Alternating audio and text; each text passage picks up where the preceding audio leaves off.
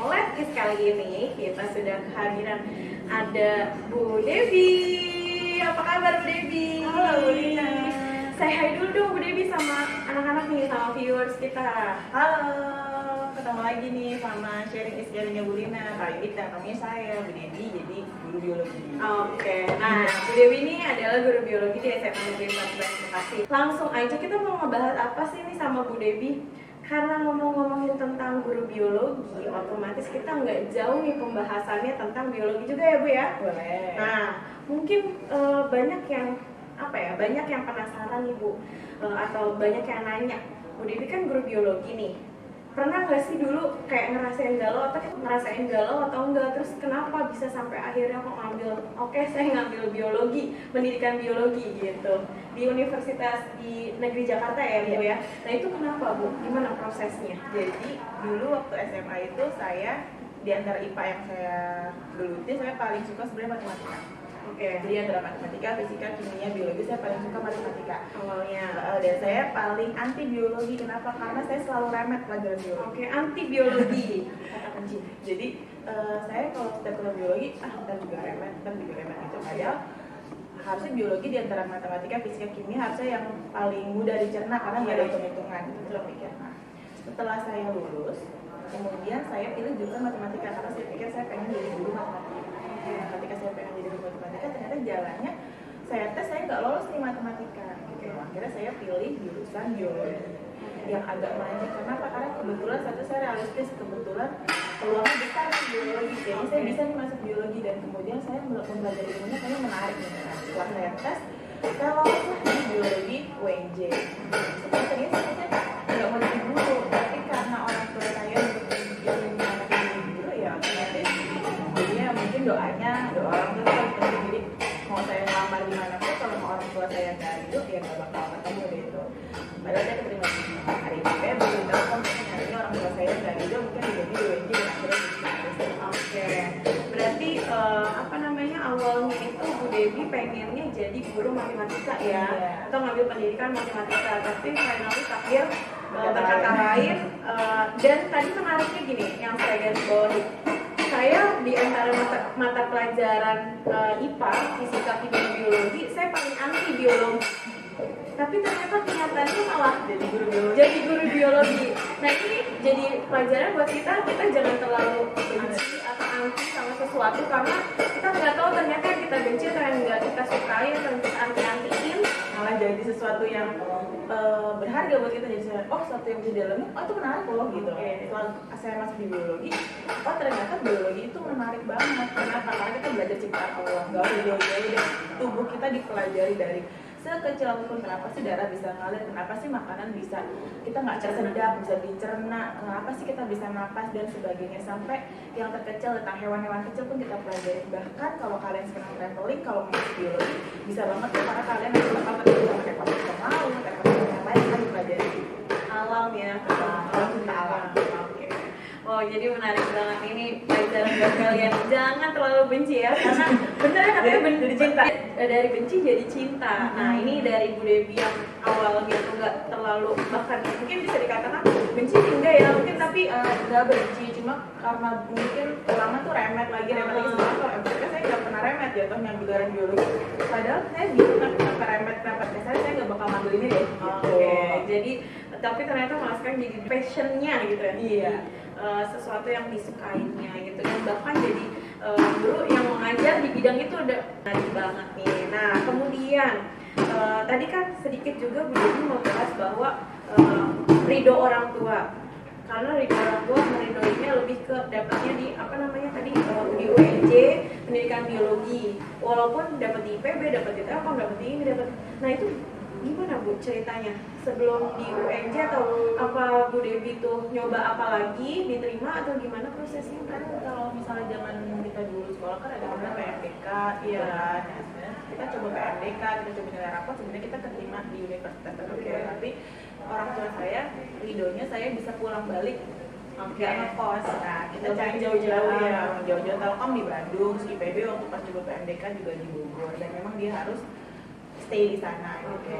Nah kebetulan saya coba IPB, kalau misalnya nggak masuk ya udah, kalau terima ya udah. Jadi kayak udah pasrah gitu. Kalau Telkom udah pasti terima, udah ya udah.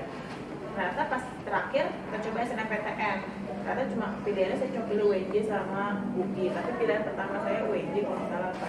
Saya lupa jurusan pertamanya apa, tapi yang pasti ibu saya bilang nggak usah ngekos gitu, pokoknya pulang balik aja gitu. Soalnya kalau cuma sendiri, kamu anak satu-satunya, kalau kamu pulang pergi, setidaknya ada orang di rumah. Kalau kamu ngekos, nggak ada orang di rumah gitu. Jadi ketika ibu saya bilang kayak gitu, mungkin pertama kali kita pikir orang saya maunya kemana, kenapa jadi kayak gini. Tapi setelah saya jalani, oh mungkin orang tua saya pengen seperti itu buat yang terbaik buat saya. Mungkin saat itu kita kesal gitu, tapi ternyata setelah kita mengikuti apa yang diminta orang tua kita, oh ternyata ada jalannya ya. Oh saya bisa sambil kuliah sambil ngeles ya gitu. Terus kita pulang ketemu orang tua, ada penyemangat lagi loh gitu kan.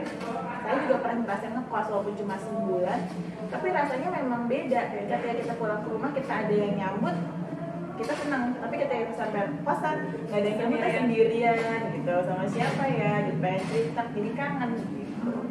Ternyata ya itu tadi ridho orang tua itu yang bukan jalan, dan pada akhirnya itu ternyata yang kita sadari setelah beberapa tahun tuh ini yang terbaik buat saya gitu. Walaupun dulu sempat mungkin kenapa sih kok saya dilarang gitu ya, pada akhirnya kayak gitu. Dan kalian juga mungkin ngerasain kayak gitu, harusnya ambil sisi positifnya. Masih ingat nggak pertama kali ngajar itu kapan dan gimana prosesnya? Mungkin ngajar dari sebelum lulus atau mungkin setelah lulus, itu gimana Bu? Jadi waktu itu saya kuliah semester 3, terus ada yang nawarin OS gitu. Sebenarnya kita berani nggak berani ya gitu, namanya hidup harus dijalani dan harus coba berani terus gitu, karena kalau kita berhenti di situ kita nggak akan maju ke depan. Nah saat itu saya ditawarin les sama teman saya di salah satu bimbel ngajarin anak SD. Nah ketika itu coba nih Dep gitu, ada bimbel anak SD, coba aja cuma ngajar IPA sama MTK, katanya kan kamu bisa MTK gitu. Sudah saya coba, terus ternyata anaknya cocok. Nah itu makinlah bertambah kepedean saya, mungkin percaya diri, oh saya bisa loh ternyata ngajar gitu. Tadinya kalau dibilang saya tuh nggak suka ngomong di depan umum. Jadi waktu saya sekolah, selama saya sekolah saya tipe anak yang kalau nggak disenggol sama guru saya nggak bakal ngomong. Jadi cenderung introvert ya. Jadi kalau misalnya kalau di sekolah misalnya saya suka anak yang aktif, yang tunjuk tangan gitu. Nah saya bukan tipe yang gitu, walaupun saya tahu jawabannya saya nggak bakal tunjuk tangan gitu, saya bakal diem aja. Nah setelah saya coba ngajar les tadi, nah itu saya langsung berbalik, oh ternyata saya bisa loh gitu, saya bisa loh buat orang jadi paham sama apa yang saya bicarakan gitu, dia jadi seneng loh belajar sama saya. Nah semenjak itu saya mulai menggeluti, oh ada yang nawarin les nih, oh ya kita coba lagi gitu, sampai akhirnya saya nyoba ngeles MTK kelas 3 SMA. Terus saya ngajar biologi gitu, bilang bisa nggak gitu, saya nantang diri saya sendiri, bisa Pada saat semester berapa? semester 3 ke 4. Semester 3 sampai ke 4 itu kuliahnya biologi, tapi ngajarnya MTK SMA. Iya, kelas 3. Kelas 3 SMA yang mau persiapan UN lah pada saat itu. Terus pasti bilang bisa nggak ngajar kelas 3 SMA gitu, anak IPS. Ya, coba deh gitu. Berhubung saya suka matematika, terus saya pelajarin soalnya. Tapi bukan berarti saya langsung terima gitu aja ya, karena semua yang saya terima otomatis sudah saya pikirkan, oh saya bisa nggak kira-kira gitu. Terus pertimbangannya. Terus ketika saya pelajarin, oh kayaknya saya bisa nih, kalau memang nanti saya stuck di jalan, berarti saya harus apa? Oh saya harus tanya teman saya. Jadi udah ada di pikiran saya, kalau nanti saya stuck di jalan, saya nggak tahu jawabannya, saya harus tanya teman saya gitu. Akhirnya saya coba dan keterusan, akhirnya saya suka, oh saya bisa. Terus besokannya ada lagi yang nawarin, bisa les sama fisika nggak? Oh saya coba, pas saya lihat kok materinya ini saya bisa, saya pelajarin lagi pelan-pelan. Jadi setiap saya pulang ngajar atau besoknya saya pagi mau ngajar, saya harus ulang lagi. Jadi setiap saya mau ngajar, baik itu biologi, fisika, kimia atau matematika, saya selalu review paginya. Biar apa, ketika saya ketemu orangnya saya tidak terlihat, oh dia nggak tahu ya gitu. Seenggaknya saya terlihat, oh saya sudah tahu. Walaupun itu baru pendasarnya, nanti saya pas perjalanan ketika saya nggak tahu, saya bisa, oh cari tahu dulu ya kita sama-sama. Tapi bukan saya berarti bilang saya tahu nih jawabannya gitu, saya nggak bakal bilang gitu, saya pasti bilangnya gini, saya nggak tahu nih sekarang, coba nanti kita cari tahu bersama, nanti ketemu pertemuan berikutnya kita bahas gitu. Jadi dari semester 3 Bu Dewi itu udah ngajar, akhirnya dari berawal dari bimbel ya, ngajar biologi, terus matematika, fisika juga nih, menarik nih gitu kan. Nah ini belum sampai ke ngajar SMA 14 ya Bu ya? Belum. Nah selanjutnya setelah ngajar bimbel berarti udah gimana Bu prosesnya sampai diterima di 14, atau ngajar di sekolah lain dulu atau gimana? Dulu, jadi pas habis lulus saya ngajar di SMP Dakta Islamic School, itu ada di daerah Klender. terus saya Jakarta, terus setelah setahun di sana, kemudian saya masuk kan lamaran juga di SMA 14 sama di Atakwa Pusat. Nah, kemudian diterima dua-duanya di Atakwa Pusat dan di SMA 14, dan akhirnya berjalannya ke sini sampai sekarang masih di SMA 14. Cuma waktu pertama kali di 14 saya ngajarnya matematika gitu. Oke, pertama kali. Nah, ini stop dulu Bu, jangan diceritain dulu, nanti kita bahas lagi nih. Oh, berarti pada saat pertama kali baru lulus, Bu Devi lulus tahun berapa Bu? 2014 lulus, itu Bu Devi ngajar dulu di Daftar Islamic School di Jakarta ya, di daerah Jakarta. Kemudian gak cuma setahun, habis itu selesai dari sana langsung masuk ke MA Takwa Putra sama ke di SMA 14, jadi barengan waktunya. Oke, dan pertama kali ngajar Bu Devi di SMA Negeri 14 Bekasi ini sebagai guru matematika. Ini gimana Bu ceritanya? Boleh nggak diceritain? Ini pasti angkatan, kalau nggak salah angkatan berapa ya dulu ya? Angkatannya siapa 10 ya? Kelas Anissa 12 IPS 1 langsung aja kelas 12 Iya, langsung ngajar kelas 12 dan mereka tuh sampai sekarang nih kalau Agra Talita. Nah, sampai sekarang itu kalau mereka nanya, Bu Devi masih ngajar matematika begitu. Jadi taunya tuh Bu Devi ngajar matematika dan ada juga yang Bu Devi ngajar fisika taunya gitu. Nah, pas sekarang tahu kan karena memang basicnya biologi ya, dok. Nah, itu gimana tuh ceritain dong? Jadi dulu itu pas melamar ke sini ternyata yang dibutuhkan itu untuk guru biologi masih kosong gitu. Kalau mau katanya mau coba ngajar matematika dulu dan fisika. Kebetulan waktu itu masih kurang gurunya. Kebetulan kita cobalah matematika. Saya bilang kalau matematika oke lah kalau untuk di sekolah karena saya matematika sudah sering pegang gitu. Apalagi untuk IPS. Sedangkan kalau fisika kalau di sekolah saya belum tahu nih berani apa enggak karena biasanya saya pegang bimbel ataupun privat yang satu orang benar-benar cuma satu gitu, bukannya halayak ramai banyak gitu. Nah ternyata dicoba dulu aja gitu, kata Bu Harti ya dicoba dulu ya, kita coba.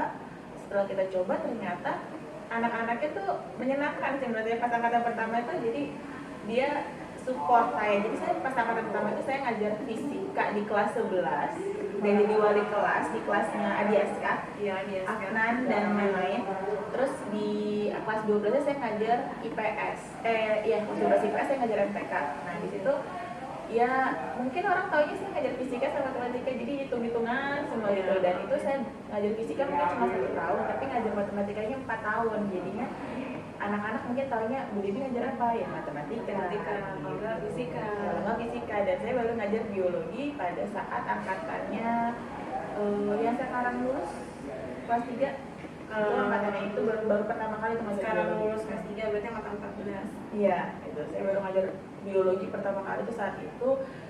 Terus ya udah, tapi masih ada matematikanya, terus sampai sekarang matematikanya udah lepas, sekarang tinggal biologinya itu. Oke, fokus ke biologi yang sesuai dengan basic pendidikannya ya Bu ya. Oke, nah Bu Devi sendiri gimana perbedaannya ketika mengajar ketiga mapel ini yang notabene fisika sama matematika banyak dihitungannya gitu kan, biologi yang jauh latar belakangnya atau bertentangan, agak bertentangan ya, walaupun ada di hitung-hitungannya juga ada sedikit ya di biologi. Itu gimana Bu perbedaannya dan gimana perasaannya Bu Devi menyikapi ngajar di tiga-tiganya itu, belajarnya gimana gitu maksudnya? Kan kita harus menguasai semua gitu, itu gimana Bu? Ya sebenarnya kalau dibilang perasaannya gimana ya, saya sih sebenarnya senang-senang aja suruh ngajar MTK, tadi gue suruh ngajar fisika, terus suruh ngajar biologi, kimia. Kenapa? Karena semuanya ilmu yang diberikan oleh Allah pasti ada manfaatnya. Jadi setiap apapun yang saya pelajari, saya belajar, saya niat itu pasti ada manfaatnya. Mau saya belajar matematika, fisika, kimia, ataupun biologi. Nah kalau dibilang cara belajarnya gimana sih Bu gitu, kalau gimana sih MTK kan puyeng Bu, fisika kan puyeng Bu, biologi apalagi hafalannya. Nah kalau biologi, kalau kami sama biologi nih, biologi kan hafalannya banyak. Buat yang memang suka biologi dan memang hafalannya banyak, jangan jadi beban, cari kata-kata yang memang bikin jembatan keledai yang kamu bisa hafalin tuh gitu. Misalnya jembatan, misalnya kamu jembatan apa gitu, jadi kamu bikin nyanyian atau lagu gitu, itu lebih gampang. Contoh, kita ambil belajar jamur. Belajar jamur itu misalnya rhizopus oryzae, kan susah, rhizopus oryzae buat apa sih? Buat tempe gitu misalnya. Misalnya rhizopus oryzae buat tempe, bikin singkatan aja apa gitu misalnya. Jadi lebih mudah untuk diingat ya. Misalnya kayak gitu, jadi jangan dibikin susah gitu. Misalnya kalau misalnya karika papaya, nama latinnya karika papaya, berarti nama latinnya apa ya? Papaya, karika papaya gitu. Misalnya kayak gitu ya. Terus kalau misalnya MTK, gimana cara belajar MTK biar mudah? Cari konsepnya dulu. Kalau saya pribadi, setiap orang beda-beda, jangan disamain. cari konsepnya dulu, kata kuncinya apa di situ. Kalau kata kuncinya di situ berarti kamu belajar apa yang di situ dibutuhin. Terus kemudian kalau misalnya kamu nggak apa-apa, latihan terus. Kuncinya di matematika dan fisika adalah di latihan. Semakin kamu banyak latihan, semakin kamu bisa. Itu kata kuncinya. Jadi nggak ada orang bilang dia pinternya matematika karena dia memang bisa matematika. Sebenarnya semua orang bisa asal itu diasah. Gitu. Jadi kata kuncinya asal diasah sama ada niat. Dimanapun orang ini bilang, saya bilangnya misalnya saya nggak bisa, dulu saya pernah bilang saya nggak bisa fisika waktu SMA, saya bilang saya nggak bisa fisika gitu. Tapi ternyata saya bukan nggak suka dan nggak bisa fisika, ternyata waktu itu saya nggak suka sama gurunya. Jadi kalau misalnya kita subjektif sama orang, ternyata berpengaruh ke apa yang kita lihat dan kita pandang. Jadi kalau itu pelajaran banget tuh saya, oh berarti besok lagi saya jangan memandang sesuatu dari subjektif saya harus lihat objektifnya gimana sih. Oh pelajarannya ternyata bisa lo saya pelajarin, oh saya ternyata bisa lo ngajarin ke orang gitu. Jadi cara belajarnya ya merubah mindset saya, terus saya pelajarin pelan-pelan. Kalau ada yang saya nggak ngerti, saya tanya sama guru saya atau orang yang lebih pintar dari saya, karena masih banyak yang lebih pintar. Jadi masing-masing ilmu itu punya porsinya masing-masing, dan bagaimana kita punya cara tersendiri untuk bisa memahami. Karena kalau misalnya tadi jangan cuma berpikir dari subjektivitas diri kita harus lebih general untuk melihat segala sesuatu tuh dari sudut pandang yang objektif. Nah Bu, mungkin gini, apa sih tips atau trik Bu Debbie nih sebagai guru eksak gitu kan, dengan notabene eksak, mata pelajaran eksak ini kan pelajaran yang sangat dianggap sulit gitu kan bagi sebagian, bahkan banyak murid gitu kan. Nah ini bagaimana nih Bu Debbie menyikapi anak-anak yang masih kesulitan atau terkendala untuk mengikuti atau bisa paham, sedangkan tadi walaupun tadi kan jangan melihat dari subjektivitasnya dulu nih, misalnya nggak suka sama gurunya akhirnya jadi nggak paham gitu. Terus tapi ada nih sebagian anak yang mungkin saya udah coba Bu suka sama gurunya, saya udah coba Bu gimana caranya saya bisa melek gitu kalau guru itu ngomong gitu, tapi saya masih belum paham. Itu bagaimana Bu menyikapinya untuk siswa-siswi yang Ibu temukan di lapangan lah selama sekian tahun ngajar? Kalau misalnya kayak gitu sih, sekarang gini aja, balik lagi kamu niatnya belajar buat apa. Kalau kamu misalnya datang ke sekolah, datangnya cuma niatnya dari rumah gini, saya mau datang, terus saya duduk dengerin dulu, saya pulang, itu gak bakalan masuk ilmunya. Tapi ketika kamu datang, kamu masuk ke dalam sini, kamu niatnya saya bismillah, ilmu yang saya dapat dari sekolah akan tertanam dari saya, insya Allah itu masuk. Sama aja kamu mungkin sering dengar kata-kata orang gitu, nih kalau Bu Debbie jelasin matematika saya pahami, atau saya kalau Bu Ade jelasin matematika saya pahami, tapi Bu Ade keluar, wah ilmunya nguap gitu. Sering banget dengar kata-kata itu, misalnya gitu kan. Tapi itu ternyata doa. Ketika kamu berdoa kayak gitu, malaikat ijabah, bener pas Bu Ade keluar, kamu langsung buyar ilmunya. Nah, jangan biasakan bicara seperti itu, bilang dalam hati kamu, oh nanti gurunya keluar saya masih ingat nih, sampai besok saya ulangan, sampai besok saya kerja, sampai besok saya nanti punya anak, saya masih bisa ngajarin anak saya. Jadi balik lagi ke diri kita gitu. Kalau misalnya memang mau itu ilmu bermanfaat, ya doanya juga yang baik, jangan doa yang buruk-buruk gitu. Toh itu buat diri kita sendiri. Jadi kan mungkin yang saya temuin di lapangan beberapa kali ya memang hasil diskusinya kayak gitu, misalnya sering ngomong sembarangan apa yang kayak gitu kan jatuhnya sembarangan ya gitu. Ketika malaikat datang mesti doain ya dikabulin lah doanya, ilmunya jadi ya udah nguap gitu aja, padahal pada saat guru ngejelasin dia paham loh gitu. Terus kayaknya kalau pas gurunya ngejelasin enak nih gitu kan, ini bisa nih nanti bisa ini gitu. Gampang pas giliran soal aduh gitu. Mungkin karena dari ucapan itu sendiri. Iya. Terus kalau misalnya untuk biologi, sama biologi, fisika atau matematika ataupun kimia, menurut saya ya ubah mindsetnya. Kalau misalnya biologi, rata-rata orang bilang kayaknya rumit banget sih gitu, hafalannya banyak banget sih gitu. Kalau saya pribadi gini, memang hafalan di biologi banyak, kalau menurut saya tidak perlu dihafal, cukup dipahami. Contoh, misalnya kalian senang sama pelajaran tentang tubuh, di kelas 11 kalian akan belajar tentang tubuh, semua tentang tubuh kita dipelajari dari mulai pencernaan, pernapasan, kemudian sampai tentang imunitas. Cari kata kuncinya di setiap pelajaran. Contoh, misalnya kamu ambil tentang reproduksi, kita kan bisa reproduksi, anak-anak sangat tertarik dengan reproduksi. Nah, kita nggak akan menjurus ke bagian yang tidak senonoh, tapi di reproduksi kita belajar apa? Misalnya alat reproduksi pria, alat reproduksi wanita. Oh, ada bagian ini loh, fungsinya ini loh. Jadi kita tahu, oh jadi kalau ada orang sakit ini bagian apa yang sakit, oh bagian ini kenapa, karena dia nggak berfungsi. Nah ketika kamu paham, otomatis secara nggak langsung kamu akan hafal. Dan ingat, itu ingatannya lebih lama Itu dan kalau memang setiap anak tipe belajarnya beda. Ada yang tipenya cuma didengarkan dia masuk, ada yang harus ditulis baru diingat. Nah sesuaikan dengan tipe belajar kalian masing-masing. Jangan nyamain misalnya si A belajar cuma denger doang bisa kok, saya juga kayak yang nggak bisa, karena mungkin tipenya si B memang tipenya mendengarkan dulu, dicatat baru dia ingat. Ya ada yang gitu. Untuk kalau matematika ubah mindsetnya, misalnya kan pelajaran itu susah bu, saya nggak bisa. Setiap kamu bilang nggak bisa itu akan jadi doa, pasti kamu nggak bisa mengerjakan itu. Karena itu diulang, bu saya nggak bisa, bu saya nggak bisa, tapi balik kata-katanya, bu saya bisa, besok saya pasti bagus. Walaupun nanti walau alam hasilnya misalnya, bu saya masih dapat 50, seenggaknya saya lihat optimis kamu ngerjain itu dan bersemangat mengerjakan itu gitu kan. Jadi menarik banget nih, intinya adalah the power of mindset kalian sendiri, bahwa ketika kalian ngomong nih, kalian ngomong nggak bisa, itu yang bikin eksakta itu dianggapnya sulit itu karena matematika sulit, kimia sulit, biologi banyak hafalan, fisika kayak gini banyak dan sebagainya.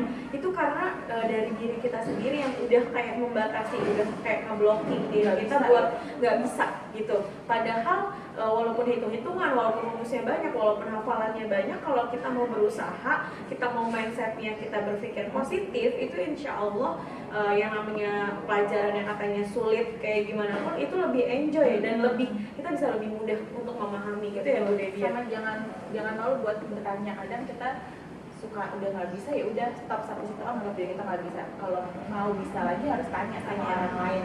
Dan kalau misalnya memang temennya bisa ada yang nggak mau kan, yang namanya anak sekolah ya nggak mau ngajarin gitu ya. Ya jangan tanya sama satu orang, tanya sama orang lain yang mau mengajarkan. Jadi jangan tutup diri kamu satu kesempatan berhenti, jangan berhenti di sini, ada lagi di sini gitu. Jadi jangan pernah berhenti buat berusaha gitu. Cari jalan tuh nggak cuma satu jalan, karena masih banyak jalan lain yang bisa kita lewatin dengan mudah. Untuk kayak tadi Bu Devi sebagai seorang guru aja, mungkin kalau saya udah mentok gitu kan, pas lagi ketemu soal yang mungkin sulit banget gitu dianggap Bu Devi kayak gitu, saya cari teman saya mungkin lebih bisa daripada saya itu gitu. Jangan pernah malu buat bilang saya nggak bisa. Gitu, dan nggak mau belajar gitu. Jadi jangan stop kata-kata saya nggak bisa tapi berhenti. Kalau saya bilang saya nggak bisa tapi saya mau berusaha, gimana caranya biar saya bisa. Mungkin melihat saya kok Bu Dewi bisa, saya mungkin ada yang nggak bisa. Misalnya saya tanya Bu Ade saya nggak bisa, saya diajarin sama Bu Ade. Bu Tika saya nggak bisa, saya diajarin sama Bu Tika gitu. Jadi ketika kita sharing ilmu, sebenarnya ilmu kita akan jadi makin banyak gitu, karena makin ingat dan ingat lagi. Dan itu jadi ingatan jangka panjang yang nggak perlu dihafal tapi udah ingat sampai kapanpun ibaratnya gitu ya. Nah kemudian Bu Devi, gimana sih Bu Devi suka dukanya sendiri? Itu ngomongin perasaan lagi nih, suka dukanya berapa? Suka dukanya mungkin banyak ya kalau dibilang suka dukanya, tapi mungkin nggak sebanyak guru-guru yang udah senior gitu. Gitu. Jadi kalau misalnya dibilang sukanya gitu ketika kita berinteraksi sama orang, kita tahu masing-masing watak setiap orang gitu. Karena ketika kita contoh kayak belajar daring sekarang, sebenarnya sedih karena kita nggak bisa lihat langsung ekspresinya. Kalau kita ngajar, mungkin yang pernah diajarin sama saya sering bikin kayak kuis, terus kemudian kalian cepet-cepetan jawab siapa sih yang bisa jawab gitu. Nah itu saya senang banget sama ekspresi kalian, gimana kalian antusias ketika mau menjawab pertanyaan dari saya gitu. Terus kemudian kalau sedihnya, mungkin kalau ada anak yang misalnya saya ngajar matematika atau saya ngajar matematika, terus mereka nggak mau belajar begitu, malah saya udah bilang ya coba belajar perkalian, saya mau ajarin sampai kalian bisa gitu. Tapi kayaknya nggak ada motivasi, walaupun kita udah peringatkan gitu, nggak ada keinginan. Itu yang saya sedih, mungkin nggak berefek ke saya. Maksudnya nggak ada dampaknya kalau anak itu nggak bisa, ya nggak ada dampaknya kalian. Tapi sebagai guru saya pengen ngelihat anak-anak saya berhasil gitu. Jadi kalau ditanya suka dukanya lebih ke banyak sukanya karena kita berinteraksi setiap hari gitu. Setiap hari ada ceritanya si ini beginilah, si ini begitu gitu, banyak banget ceritanya. Mungkin Bu Lina juga ngalamin kan. Tapi ya dukanya tadi ketika kita sudah semangat nih, kita dari rumah kita udah semangat, antusias gitu, kita ninggalin keluarga, kita bilang ke sekolah kita semangat nih mau ngajarin, tapi nyampe sekolah ternyata anaknya kurang motivasi, rasanya tuh gimana gitu. Jadi ya jadi saya introspeksi sendiri lagi, oh mungkin pas ketika dia kurang motivasi, mungkin saat itu saya juga kurang motivasi nih belajarnya gitu, atau tambah kurang interaktif lagi gitu, oh berarti saya harus ubah lagi. Jadi saya nggak lihat dari satu sisi pandang mereka sedih terus, mereka nggak termotivasi terus, tapi saya lihat juga dari sisi saya, oh mungkin saya ini yang kurang gitu. Jadi balik lagi, jangan balik melihat satu subjektivitas, tapi lihat objektivitas. Jadi memang itu hal yang paling sedih banget ketika kita udah excited buat ngajar, kita antusias sampai nyiapin materi ya Bu Devi ya, sampai malam gitu, besoknya kita mau zoom nih atau enggak kita mau ngajar nih, mungkin nanti kalau misalnya udah tatap muka, terus anak-anaknya kayak aduh, kayak nggak ada keinginan buat belajar. Itu hal yang paling kita sedihkan sebagai guru. Iya, saya benar ya, bener. Dan itu semua ya, guru-guru tuh ngerasain kayak gitu kan. Ini nilainya jelek gitu. Kalau misalnya nilainya jelek, oke lah, nggak apa-apa gitu. Kadang kita ngerasa, oh kamu nilainya jelek gitu. Mungkin kita ngomel di depan, tapi sebenarnya kita pengen bilang ke kalian, ayo dong berusaha, kalau nilai kamu tuh bisa lebih bagus dari itu. Jadi bukan ngejar bilang, oh nilainya jelek sih, bukan kayak gitu. Tapi sebenarnya kita pengen, ayo dong bisa loh gitu. Mungkin bahasa kita sebagai orang tua kan nggak mungkin kita bilang, ayo dong, kita nggak mungkin berbahasa seperti itu. Itu kalimat cambuk sebenarnya, cambuk buat motivasi kalian buat mau belajar intinya gitu. Nah, menarik banget nih. Gimana?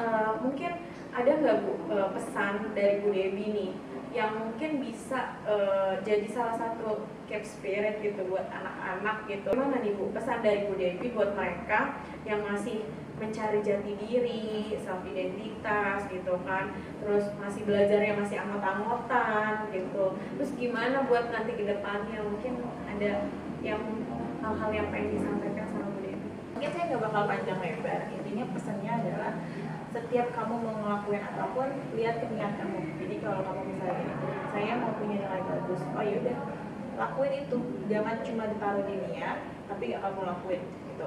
Dan ingat siapa yang mau kamu bahagiain. Contoh, kamu misalnya mau bahagiain orang tua kamu pengen nilai bagus buat orang tua kamu, kalau dari sekolah bagus nanti dapat sekolah bagus buat orang tuamu, kamu ingat, lihat senyum mereka, lihat betapa bangganya mereka melihat kalian nanti jadi seseorang yang berharga, jadi seorang yang punya suatu prestasi. Kalau misalnya belajar udah mulai anggot-anggotan, jangankan kalian gitu, kalau saya pribadi saya mesti harus belajar lagi banyak yang harus saya pelajari gitu. Ketika saya udah mulai down, udah bilang udah malas gitu rasanya, nanti saya ingat lagi, oh siapa yang mau saya bahagiain, oh saya punya orang tua, saya punya anak, saya punya suami, oh saya balik lagi ke situ gitu. Jadi kalau kalian ngerasa ibu kan udah ngelewatin fase ini, ibu udah ngemas-masa, kata siapa, saya juga masih belajar dan saya masih terus belajar. Oke. Lalu Bu, bagaimana nih pesannya untuk anak-anak yang mungkin pengen ngambil jurusan pendidikan biologi juga? Oh ya, gini, mungkin kalau dipikirnya orang biologi itu sebenarnya nggak takut sama hewan atau apa ya? Iya. Saya pribadi makhluk hidup ya. Saya pribadi adalah salah satu orang yang takut dengan hewan berbulu ataupun berambut. Jadi contoh kalau ada kucing atau ada burung, saya tipe yang takut. Nah, tapi saya nggak takut kalau melihat reptil, melihat amfibi. Saya nggak takut melihat ikan itu, saya nggak takut malah kebalikannya orang. Itu saya nggak takut gitu. Tapi rubah lagi tadi sebenarnya ke mindset gitu. Saya nggak suka hewan-hewan itu, tapi saya harus pelajari itu. Ya udah, berarti apa yang harus diambil visi positifnya adalah saya akan berteman dengan dia walaupun saya tidak berinteraksi dengan, saya berani megang, tapi sebenarnya saya akan pelajari anatominya, saya tahu gitu. Jadi yang jangan ambil pikiran negatif dulu ya, pokoknya ambil semuanya positif. Saya tahu saya nggak suka hewan-hewan, tapi ternyata saya harus ngebelek dia, saya harus membuka dia dengan perasaannya, yang udah campur aduk saya nggak tahu, ya udah, tapi saya lakuin gitu. Sama tanaman. Nah, ketika belajar biologi kalian harus belajar tanaman. Kalian lihat sekitar kalian ada tanaman, jadi jangan abailah sama tanaman sekitar. Mungkin tanaman-tanaman sekitar kalian berperan dalam kehidupan kalian gitu. Secara nggak sadar mereka kasih oksigen buat kalian. Terus secara nggak sadar mungkin ada beberapa yang bermanfaat memang buat obat atau memang buat tanaman hias. Jadi jangan terlalu abai sama lingkungan sekitar. Apapun itu, baik sama limbah juga segala macam. Jadi ketika saya belajar biologi, saya belajar banyak hal. Jadi ketika pasti tanya, jangan kayak gitu, oh jangan apa ya Bu, biar kemarin kenapa pas biologi itu jangan apa ya, jangan terlalu abai. Mungkin waktu saya sekolah saya mikir saya terlalu abai sama lingkungan, pas ketika saya belajar biologi, oh telah, berarti karena saya terlalu abai, saya nggak tahu bagian ini loh, oh jadi saya baru tahu pas saat saya ini. Dan satu hal mungkin bisa disimpulkan kalau dari belajar biologi itu jadi kayak ngingetin kita buat banyak bersyukur. Betul.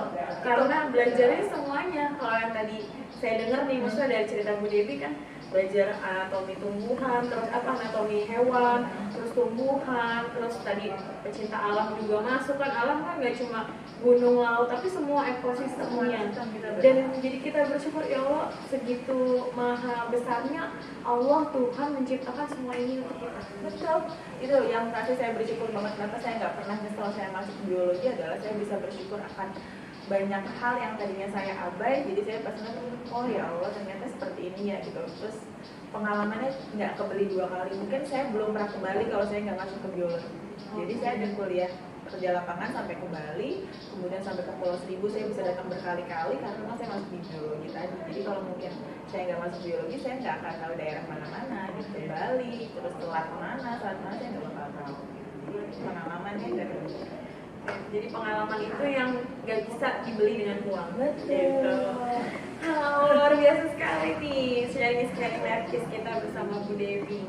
Ini mudah-mudahan apa yang tadi disampaikan sama Bu Devi bisa bermanfaat. Sharing is caring kali ini kita sudah dulu kali ya Bu Devi ya. Siap. Sebelumnya terima kasih banyak nih Bu Devi sudah hadir gitu. Nah buat kalian mungkin kalau misalnya pengen tahu profilnya Bu Devi bisa follow di Instagram Dewi Tritantular. Dewi Tritantular. Yang angkatan berapa Bu? Mau sapa-sapa mungkin nonton gitu. Ya angkatan, saya lupa angkatannya berapa, pokoknya saya ngajar dari angkatannya Agra, kemudian Andre, terus ada Afnan, ada Adiaska, Jihan dan sebagainya. Terus ke bawahnya, terus pasti ada ketemu sama saya. Sehat-sehat kalian. Kemudian sukses selalu, jangan lupa sama kita guru-gurunya di sini karena kita selalu doain kalian yang terbaik. Begitupun kalian doain kita ya, selalu kita sehat. Dan jangan lupa yang tadi disebutin like, comment, and subscribe.